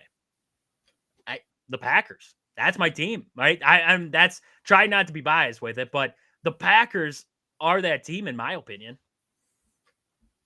Yeah, I mean, I think all things being equal, I mean, I think it's tough. Like, I mean, I think the Eagles can beat them if the defense can play lights. You know what I mean? It's going to be a matchup thing. Like, I think really it's, to me, I mean, sure, you give the Rams some chance. I don't even give sure, it's division. Maybe that's the only reason I give the Vikings a decent shot. Like, I give Detroit a good shot and I give the Eagles a good shot. Outside of that, I mean, not to say the Packers can't win or they won't lose. You know, it's one of those, like, you don't know until they line them up in the play. Like, the playoffs is different too. Like, until I see Sam Darnold in the playoffs do well, I don't have any confidence in him. Like, me personally, that's just how I feel about it until he proves me otherwise. I mean, this Eagles defense needs to bounce back after Washington, but, you know, it's a week-to-week game too. Like, what if next week the Rams come out and give up 50 and we're like, wow, the Rams suck actually, you know, like, yep. That's one of those things. But I mean, the Packers there, I think in the NFC are probably trending in the right direction more than anybody at this current moment. I mean, you could have argued the Eagles, but that last game, you know, you lose Hurts. Now, does Hurts play this week? Now, you know, like, there's just question marks. We don't know how it's going to shake out, which, don't get me wrong, makes me nervous. But it's kind of like the Ravens and the Packers are like in the opposite conferences are both. Those are the two teams that are peaking right as we speak here on Christmas Day. Like, whether that changes or not, we don't know. But I mean, yeah, you got to feel good about how they're playing right now, especially. And like this upcoming game will be, you know, I'm not gonna say a test, but it'll be like, you know, we'll get to see once again, you know, what's this team made of. Like, that's what the NFL, you know, that's what football is all about. It's not like baseball, you're running them out there, you know, 6 out of 7 nights or 7 out of 7 nights. Like, you know, you get a chance once a week to show what you can do. So Yeah, I mean, you got to feel good right now, obviously, about the Packers. There's no doubt. We got one across the text in line from a Vikings fan who he's not saying anything about Darnold there, but he says that the Vikes find a way to choke every year, and I'm a fan, he says. So we know that he's a fan. The Vikings always find a way to choke it out. I would say, you think about flaws of teams and like worries, I guess. If my one worry with the Vikings, I like the defense. I like the head coach. I like the defensive coordinator. I like what they got, right? I like Aaron Jones. I like the weapons that they have. The one thing that would concern me is Sam Darnold has not done it in the playoffs. That's it. That's the one thing. Sam Darnold might prove us wrong, right? He might tell us in the playoffs, like, hey, I am a good quarterback, and you guys are going to see it. And, for Vikings fans, you hope that, right? But if I was going to say the one thing that would worry me is his postseason experience isn't much. Now, Jordan Love, not a lot either, right? He had the win against Dallas, and he had the loss at San Francisco. But we saw him go on the road to a hostile environment in Dallas and unfazed, right? That's the biggest thing for me is that they walked into Dallas and they were like, this is at Lambeau. We don't care. It was a young team, the youngest team in the NFL. And they walked in there unfazed. Like this was just another game. It wasn't do or die playoff time. It was just another game, which gives me the confidence of this season with relatively the same team going back on the road and winning some football games, right? And that's the big thing. Can the Vikings go on the road and win playoff games? That's what we're going to find out. Now, I'm not saying they can't, so don't get me wrong. Nobody here is saying that they can't do it. It's just we got to see it, right? We've seen it in the regular season, and we've been impressed with Sam Darnold in the regular season. They're 32 touchdowns, 11 interceptions. You can't complain about that. That is a heck of a performance. He's been playing well, but it's playoff now. It's different, right? Some quarterbacks are built for the playoffs. Some aren't, right? Phillip Rivers, he put up numbers in the regular season. He couldn't do it in the playoffs. We saw it year after year. Vikings, like I agree with that texter in there. I mean, they find a way every single year. It seems like something goes wrong for them in the playoffs. We had the miracle, right? That miracle play that they had. Outside of that, I mean, what's gone right in the playoffs for them? Not a lot there. So Packers, I mean, yeah, like you said, they're peaking at the right time, and you love it. You love to see it there out of this team. I can't wait. I mean, Vikings, Packers coming up this weekend here. This weekend's gonna decide a lot, right? It's gonna decide a heck of a lot because if the Packers win, the Vikings are out of the race for the division. So that game against the Lions doesn't really mean anything after that. They got to get the win here against the Packers. They got to get the win next week. For the Packers, at this point, it's just seeding. That's all that really matters. I mean, I wouldn't want to get the 7 seed and have to go to Philly the first round of playoffs. I'd rather avoid that if we could. I mean, sometimes they say get the hardest ones out of the way first and then go to the easier ones, but I would rather not play Philly first round. I'd rather get the feet wet in the playoffs before we have to go to Philly. So I'd rather face a team like, I don't know, Seattle, or I would love Atlanta. Like, give me a team out of the NFC South. I'll travel. I'll go there. Out West, I mean, Seattle playoffs scare me, right? We all remember that game. And then the game against the Rams there. Matt Stafford, man. Matt Stafford's still balling out there. He's still got some ability left in that arm. He can still make plays. So, Aaron, let's get off the Packers. I want to get to a little bit of heck with it. Let's get to a little bit of Christmas stuff coming back from the break there. So we'll get a little bit of Christmas trivia here to wrap us up for the day. We'll get to our ad break. We'll get to our sponsors here quick, and then we'll come back on the backside of that. We'll get to our little Christmas trivia, wrap it up for the day, and we'll get out of here. So we'll be back on the other side of the sponsor break. This show is brought to you by these fantastic sponsors. Marshfield Motor Speedway, located 3 miles outside of Marshfield on County Road H. Tons of family fun for all ages. Great food, great drinks, great racing. I cannot think of a better way to spend a summer day or night than down at the track. Next is Sports Scene in Marshfield, Wisconsin, located at the Marshfield Mall. Get down there and see Al. He has everything you need, from sports cards, memorabilia, jerseys, model stock cars. He's got it all. Sports Scene in Marshfield. And then we have Peggy Sue Beslick, Century 21. Do you want to find your dream home or maybe looking to sell your current property? Let Peggy Sue Beslick at Century 21 help you with all of your housing or property needs. Great stuff there. You know what you need during the holiday season? It's a house, or it's a sell your house. Right? Start off the new year right. Buy a house, sell a house. That's all you need to do there. So make sure you are. Hey, and follow us along on Facebook, everywhere else. TikTok. We're live on TikTok. We're live on Twitter.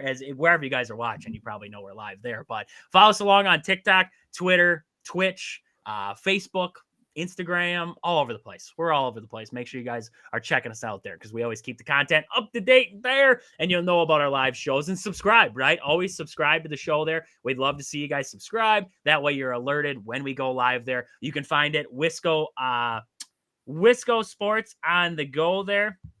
You can find me there on Twitter, and you can find Aaron at Brutally Honest Sports there on Twitter. So you can find him there. You can find me at Wisco Sports. So make sure you guys are checking us out there. But Aaron, let's get to the Christmas questions, the Christmas trivia almost. Okay, so let's go with the questions. What's the greatest present you've ever gotten? Right? You always you think back to your childhood. What's that greatest present that you've ever gotten on Christmas? Back in the day, man, like don't want to give the listeners my whole life story. They're not here for that. My parents did get divorced, right? So like when my parents were together, man, I gotta be honest, the Christmases were legit. I mean, they were great. I can't complain at all. But there were years, man. Don't get me wrong, where I think maybe Xbox 360 was probably, that might have been the peak, because it was just like there for a couple of years. It was like I was getting the game system every year. Like I had the Xbox, I had the Wii, I had the PS2. I mean, we're talking, this is a long time ago at this point. Unfortunately, a long time ago. But I mean, one of those, right? Like it had to have been a game system, because it's like, man, when you're a kid and you get a game system, that's like life changing. Because I mean, you're going to be playing it for months, years, probably years. So I'll just go with, one of those game systems.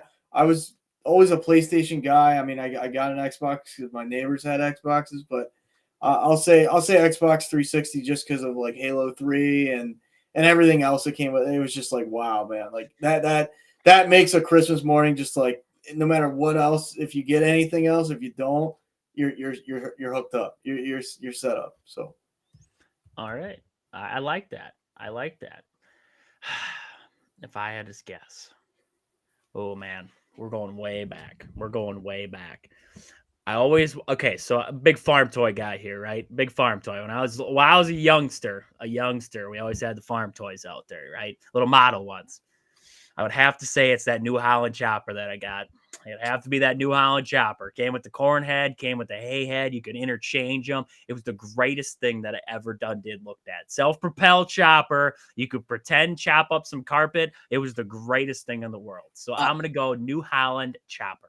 I'll give you a little bit of a weird thing there. New Holland, like agriculture, New Holland, like that whole company, but basically is like 25 minutes from where I live. So like I passed by their building, all like they have obviously we're not talking model stuff, like the real deal stuff, but it sits like right along it's called Route 23 over here, and it's like New Holland, Leola, Lancaster. So like, and I live in Lidditz, which is like a branch of Lancaster. So like, long story short, like that's great. Like the fact that like people in Wisconsin have New Holland stuff, like it's just, if you ever see New Holland, it's a town of like, I don't even know if it's 10,000 people. Like it's a nothing burger, but they have New Holland like it's crazy. That's crazy to think about. But. Interesting.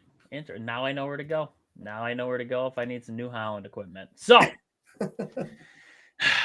favorite Christmas movie of all time. I got the list up in front of me of top Christmas movies of all time. I'll give you the top 5. Number 1 is It's a Wonderful Life. Number 2, A Christmas Story. Great movie. Shoot your eye with a BB gun. Number 3, A Charlie Brown Christmas. Number 4 is Elf. And number 5 is How the Grinch Stole Christmas, the animated one from 1966. So those are your top 5. Love Actually came in at number 6. I don't know. Sadly, people, Die Hard is not on this list.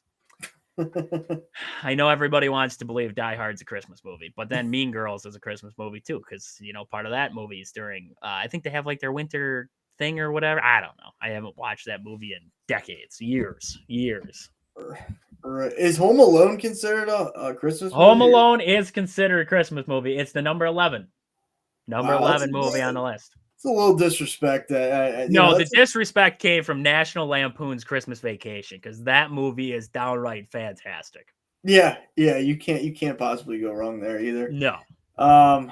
I mean, I'm a big my dad always watched the Christmas, like that was kind of a staple Christmas story. Like you can't go wrong there. What was number like that was number 2, I think. What was 3 and 4 again?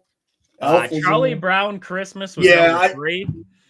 as much as I'm not an animated guy, like Charlie Brown is like that's I don't know. Is it childish? Sure, you can make the argument, but like just pure like it takes you into like a different place, right? Yep. I like Charlie Brown for the simple fact of that. Like it takes you away from everything else kind of. It's like it's its own thing. Like it's not like, you could argue a Home Alone's like this movie or this or is like that. Charlie Brown is like Charlie Brown. So for that simple fact, I'll take that one. Even though I do like A Christmas Story, I do like Elf. It's a little stupid, but I mean it's a Will Ferrell movie. It's Will Ferrell. It's what you get. Yeah, but yeah, give me Charlie Brown out of the.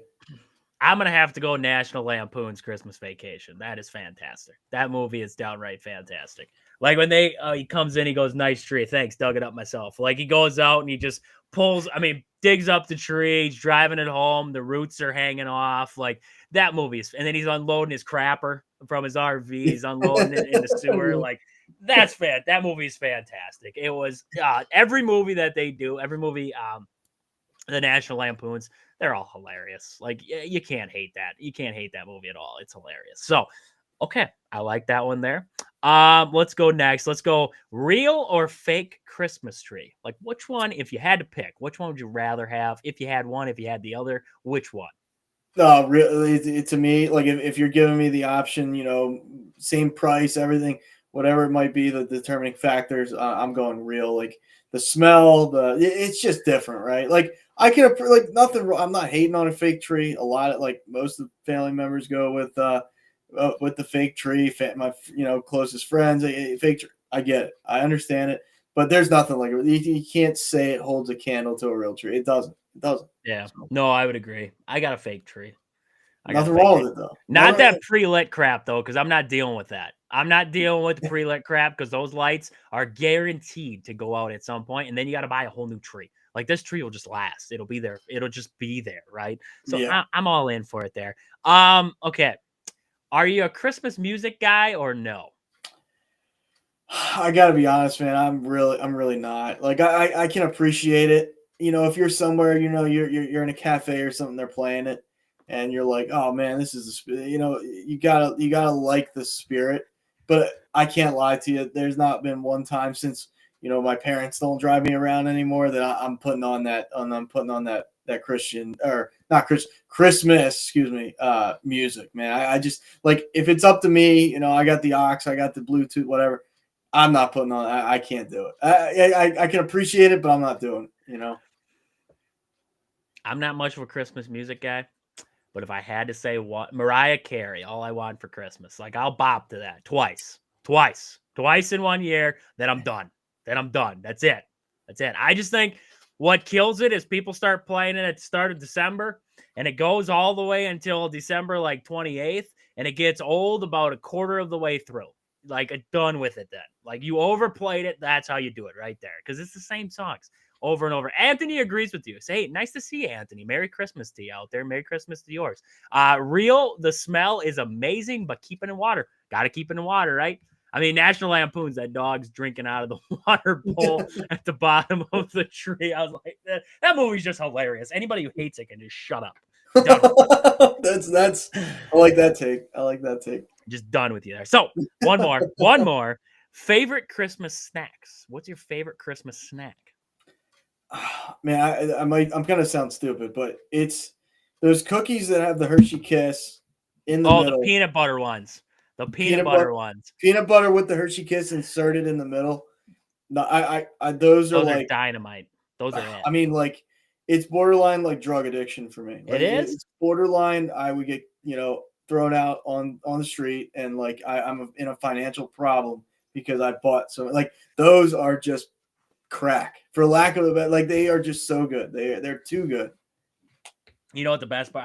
I'm not a huge chocolate guy, So I'll take that little Hershey Kiss out of the center, and I'll just eat the rest of the cookie. Like I that's mean, I that's can't. just Yeah, I can't hate that either. Like, that's just me. I'm living dangerous like that there. I mean, you can't go wrong with a sugar cookie. Sugar cookies are oh good yeah, there. I you can't. mean, can't go wrong with a good soft one there. Anthony did say, I don't know why they played the Christmas Story movie 24/7 because it's fantastic. I mean, you just got to get to the part where he shoots his eye with the BB gun. Like that's the only part you got to see. You got the whole gist of the movie if you get to that part there. And I love when they always run away. They're always running away from those bullies there. And what's his? Is it? Like I just watched it. I was just watching. Is it Randy? Is that little kid's name? And he's Yeah. always like the bullies are chasing the first three of them, and then Randy's coming up the back, and he's running behind them, and he's just wearing his big old snowsuit the whole time, and he's along. Like, I love that there. Anthony's got interest. Oatmeal raisin cookies. Oatmeal raisin cookie. Respect on that one. I can't diss on an oatmeal raisin cookie. I'm a fan, right? That's an all year round cookie though. Like I'm not like Christmas. I just don't. It's not a Christmas cookie. It's an all year round cookie. Now, would I be opposed if Grandma comes out with oatmeal raisin cookies on Christmas? Am I going to turn her down? No, I ain't turning her down. I ain't turning down. Is it like third or fourth on the list? Though? Like there's ones that just clear kind of easily. Like it's kind of your time of year cookies, right? Your time of year cookies. You got, like you said, the little peanut butter with the Hershey Kiss in the middle. Like that's time of year cookie. You ain't making that all year round. Sugar cookies with the frosting on them, shaped like a Christmas tree. I'm eating them. Frosty a Snowman. I'm eating his head off first. Like that's yeah. Those you get rid of the head. I ain't torturing him by taking his body first. I'm finishing him by taking off his head, and then he's good to go. Like that's what I'm doing to Frosty out there. All right. Same with the reindeer cookies. I'm eating the head first. You take them out. I mean, I'm a humane person over here. I'm not torturing nothing. So yeah, I mean, no disrespect though, Anthony. I do like the oatmeal raisin cookies. I do like the oatmeal raisin cookies. Okay. So there's my Christmas questions. Kind of Christmas.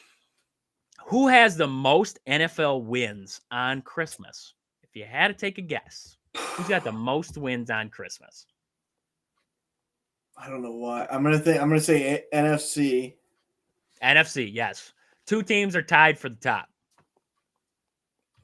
It's a team I don't particularly like, but it's in my division. I'm gonna say Dallas has a lot of Christmas Day wins. I'm gonna blow my next question up with this one, but they actually have the most losses on Christmas, but they don't have the most wins. Man. It is in the NFC East. Yeah, Anthony, we're in lockstep there. I thought Dallas would be. I don't know. I just thought that just felt like right to me. I thought so too. I don't know. Eagles had a lot of rough years, 80s, 90s. I'm gonna go.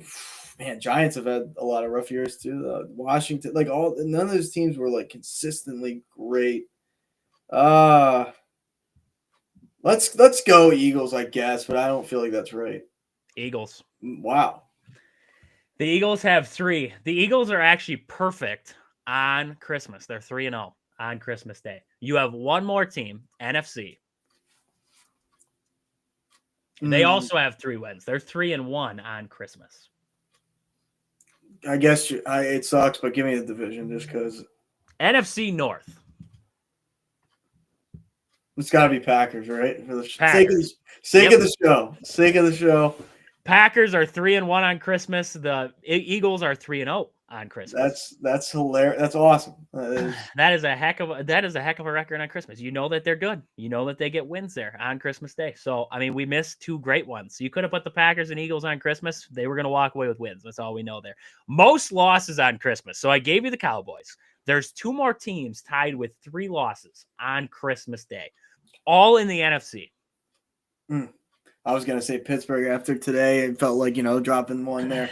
Pittsburgh would be 2-1. So this one was made up, I believe, on December 25th, 2024. So it was made up today, but they didn't update to this. So they would be 2-1 on Christmas. Still favorable there. Yeah, not a bad record. NFC. Well, let's go NFC West. Is that? It is in the West. There is one team in the West. Oh, man. I'm going to go San Fran. I feel like they're put on Christmas a lot. San Francisco is 0-2 on Christmas, but they do not have the most losses on Christmas. It is in the West, though. It is in the West. It would be a team that you probably wouldn't think right off the top of your head. Cardinals. There you go. 1-3 on Christmas. The Rams are 1-0 on Christmas. That's not bad. I mean, they got their one Christmas game and they won it. That's not bad there. NFC West. Who else am I looking at here? Seattle. I got San Fran, Seattle. Where the heck is Seattle there? Let's see. Seattle.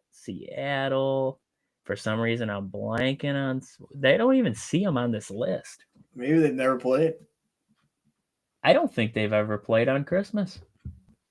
Either that or they just didn't put the record down because they suck. But I do not see Seattle Seahawks because they listed it by first initial. All right, so it goes A to T with Tennessee Titans being last and the Arizona Cardinals being first. And I'm looking for Seattle Seahawks, and I ain't seeing nothing. I was like, oh, maybe they. I was like Seattle Seahawks. They should be that. Like, was there another name that they went? No, there ain't no other name they go by. They ain't on this list, so I'm guessing they haven't played on Christmas, which is surprising. That is very you would surprising. think like during the Legion of Boom, back then they would have flexed them on to. Because even the Texans, they're 0-1 on Christmas. Now technically 0-2 on Christmas, but they still played two Christmas games, and I believe they're the youngest franchise, which is surprising that they put them on Christmas being the youngest franchise there. Right. Yeah. I don't know. But we got one more team still in the NFC. It's not in the NFC West. It's not in the NFC East. So we're going to NFC North again. North is correct. Who is our team with the most losses on Christmas? I'm going to say Chicago Bears. The Bears are 1-1 on Christmas Day. So, I should have said Lions, ain't. Nope. Vikings. What? The Vikings are 1-3 on Christmas. The Lions are 0-2, so still not a good record, but they are 0-2 on Christmas there. Okay, so let's go. This is supposed to be the big one, right, on Christmas. The NBA. Most NBA appearances on Christmas. If you had to guess who's got the most appearances. Now you're probably thinking, which you should, historic franchises, more established franchises when you think of this. Yeah, I'm thinking three teams found my Lakers, Celtics, Knicks. Bam! But not in that order. The Knicks have played on Christmas 56 times. The Lakers have played on Christmas 50 times. And the Celtics have played on Christmas 37 times. Their record, the Celtics, 17-20 on Christmas. Now, if you had to guess, who has the most wins on Christmas? I'm going to go Lakers. I think they probably balled out on Christmas. The Lakers are tied for first with most wins on Christmas with 24. They're 24-26 on Christmas. Who would be your next guess? Most wins on Christmas. I mean, the Knicks had a lot of cracks at it. There you go. All right, yeah, we'll go Knicks. The Knicks, they both have 24 wins, but the Knicks have lost most losses on Christmas Day. You could probably guess that one because I already told you the Lakers record. The Knicks have lost 32 games on Christmas Day, so 24 and 32 on. The Bucks have only played on Christmas 10 times, and Giannis is pissed because the Bucks didn't get on Christmas this season. I think that's atrocious. We got about 2 minutes left here of the show before we wrap it up. I think that's terrible, just real quick, because you look at who the Bucks have. I mean, you got Dame, you got Giannis, you got Chris Middleton. Now, I know he's been banged up, but you have those three guys. Put them on Christmas. Put Giannis, one of your stars, on Christmas there. We look at the Christmas Day games today, the 76ers and Celtics. What are the Sixers? What are the Sixers, right? The Knicks and the Spurs. You could have gave me Knicks Bucks. Knicks Bucks on Christmas. Now I get Victor Wembanyama as a young star, and you want to put Victor on Christmas, but you got Giannis Antetokounmpo. Put him on Christmas. The Nuggets and Suns. The Nuggets, right? But the Suns, you got KD. You got old stars there. Warriors and Lakers. At some point, people get sick of watching LeBron versus Steph Curry on Christmas. Just putting it out there. At some point, you get sick of it. So I look at this list of games, and I'm like, yes, I thought the Celtics should be on Christmas, no doubt. The Knicks, the Lakers, those are your historic franchises, as we just talked about. Those teams should be on Christmas. Outside of that, you could have fit the Bucks in there. You could have put the Bucks in there. I think it's stupid that they weren't on Christmas. What does it take to get them on there? I don't know. When you got great. You have players like this with Giannis and Dame, and you have them playing like that. And now you don't think that they're going to play like they did, but you went into the season, and you're like, the Bucks should be a good team, right? They started out slow, but that didn't change the schedule. I still think they should have been a Christmas Day game, and I think it's terrible that they weren't, and I agree with Giannis there. So, Aaron, we got about 50 seconds left. Anything else we got to wrap us up here for the day? Man, there was something. Let me see if I can just pull something up real quick. There was something I was gonna. Oh, yeah. In your division, did you hear who's rumored to maybe step in for the Chicago Bears job opening? Oh, Pete Carroll. Pete Carroll. Yeah, that's a head scratch. I don't think he knows what he's getting himself into. I really. No. If you wanted my honest opinion, I think that they could use a tough SOB to run that ship and try and fix it. I don't know if Pete Carroll's that guy. Maybe he is. He had success in Seattle. Maybe he thinks he can. You think Caleb Williams, you think old Russell Wilson. I mean, they're similar. They have they're similar players, right? The defense is okay. That you had a good defense with Seattle. You have a good defense with the Bears. I just think they don't care. I think they gave up. Maybe a Pete Carroll guy could come in and right the ship. Truth be told, what's it going to hurt, right? What would bring in Pete Carroll? Because I know my one uncle today is like, why do we keep cycling through all these old coaches, right? Why do they keep giving these old coaches jobs? And I was like, yeah, I agree, right? But with the Bears, what could it hurt, right? We could see Ben Johnson go down there and struggle. We've seen coaches go down there and struggle. It's the Bears. They just, between ownership, between Ryan Poles, and I think Ryan Poles is kind of getting better with it. He's kind of getting better with this team, but with ownership and everything like that, what's it going to hurt to bring in a guy like Pete Carroll and give him a shot? Maybe you bring in Pete Carroll and you bring in a guy for an offensive coordinator spot that can, fill his shoes after a while. I don't know. It's one of those kinds of things where I don't think that bringing in a guy like Pete Carroll, if you brought him in as an advisor, maybe, I don't know, somebody to fit, because he's had success, right? And I think they're just kind of looking for success at this point, because what we've seen as of late, you have a decent roster, but you can't put it together. Like we talked earlier this year, we're like, yeah, we don't know about Caleb Williams, but we looked at the rest of the roster. We're like, this is a good Bears team. And I don't like saying that. I don't like the Bears, but this is a good Bears team. And you look at the final record and you're like, they sucked.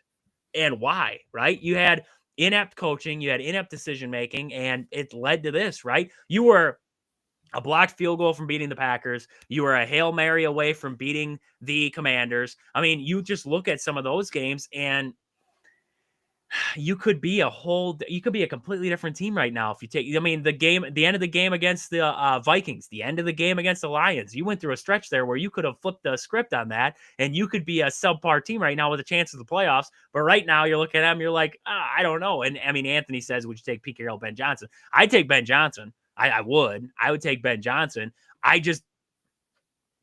He's not experienced as a head coach.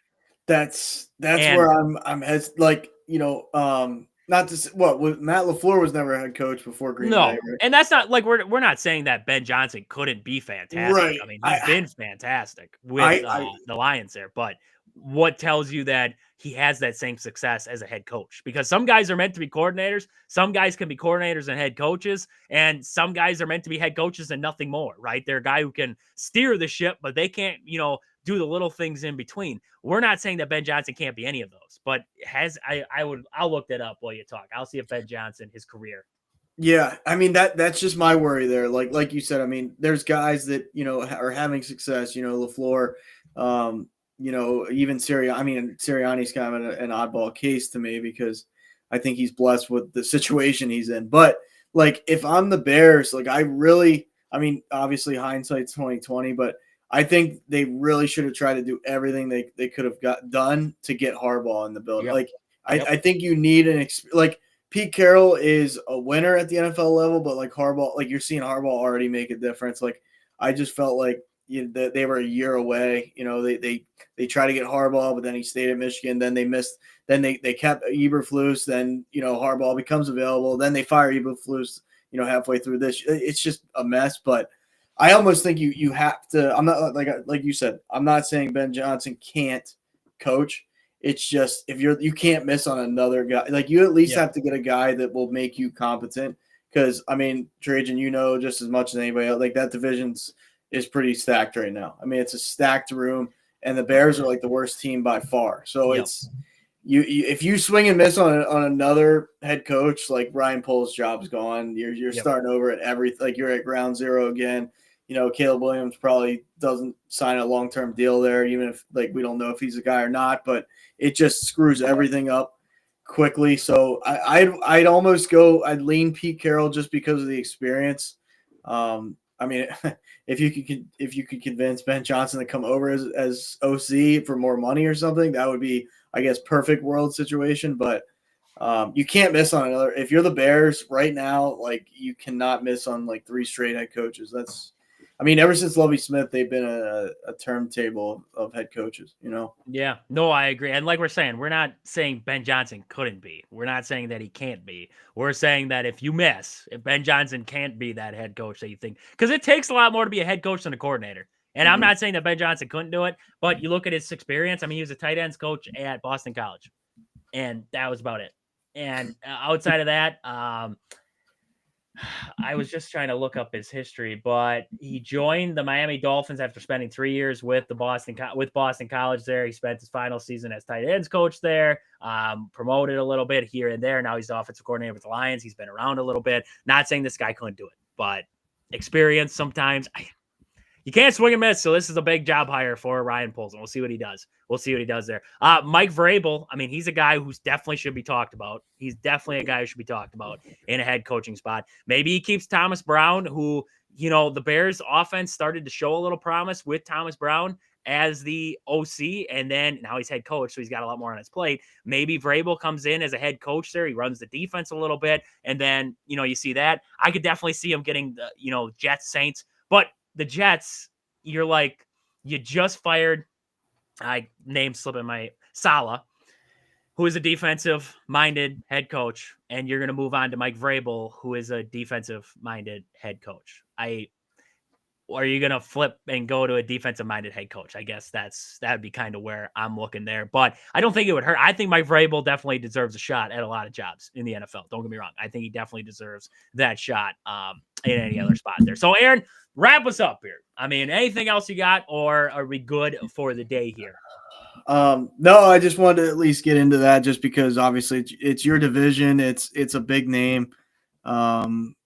I gotta be honest, man, and this isn't something we gotta talk about here or this show, I should say, but if I'm a Steelers fan, it's like, I don't know, man. Watching that game today, I see a lot.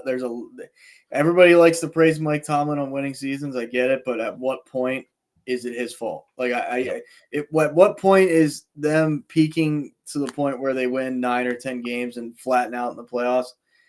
Like, why? I just don't get why it's a problem to raise the question that is this not like, especially a franchise like one of the best franchises in the NFL, like the 6 Super Bowls, historic. Like, I don't know, man. He's made, he's brought all these different coordinators in, hasn't worked. Like, it just and it's been a long time since they've sniffed the Super Bowl, and I feel like they missed their window. Like he had Ben and Antonio Brown and Le'Veon Bell. Like, I'm the one beating the drum. Like, he should be on the hot seat at some point, and I don't know what for Steelers. I guess they never fire their head coaches. I mean, they had Chuck Noll forever, then they had Cowher forever.